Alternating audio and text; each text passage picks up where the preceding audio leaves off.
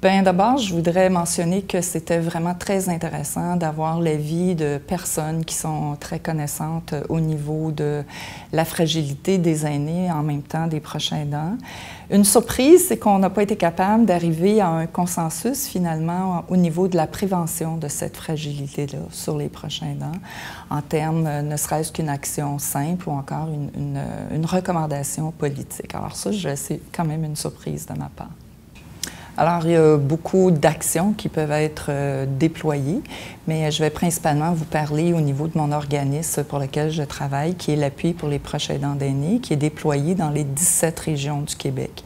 Alors, au niveau des régions, les appuis régionaux travaillent en partenariat avec les organismes locaux pour développer des projets qui touchent le répit, la formation, l'information et le soutien psychologique pour les proches aidants d'aînés. À travers ces projets-là, il y a également un service téléphonique info-aidant qui permet aux gens d'appeler directement pour savoir un peu l'éventail des projets, mais également pour avoir un soutien immédiat envers eux. Le service info-aidant, c'est une ligne commune au Québec.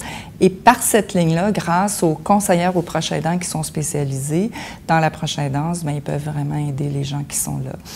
Les défis que nous avons de notre côté, je regardais justement ce qu'on faisait aujourd'hui, c'est vraiment la reconnaissance du proche aidant par lui-même. Alors, comment sait-il qu'il est un proche aidant? Donc ça, c'est tout un défi que nous avons, non seulement au Québec, mais à travers le Canada. Et également la reconnaissance de ce proche aidant-là par les gens, les intervenants du réseau de la santé. Alors, comment intégrer la connaissance du proche aidant dans le soutien, dans le plan d'action pour aider l'aîné?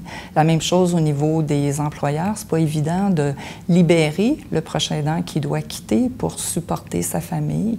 Ou encore, est-ce que moi, comme proche aidant, je vais prendre l'option d'avoir un travail plus intéressant, sachant très bien que je n'aurai peut-être pas la disponibilité. Et finalement, l'autre élément qui est quelque chose que nous avons parlé beaucoup aujourd'hui, c'est l'empowerment social. Donc, comment la communauté nous aide justement à faire en sorte que la proche aidance n'est pas vécue dans un mode isolé. Alors, les gens autour de nous se préoccupent de nous, la municipalité, la région, donc les politiques sont faites en sorte pour faciliter notre vécu. Alors, c'est vraiment notre organisme est vraiment préoccupé par tous ces aspects-là.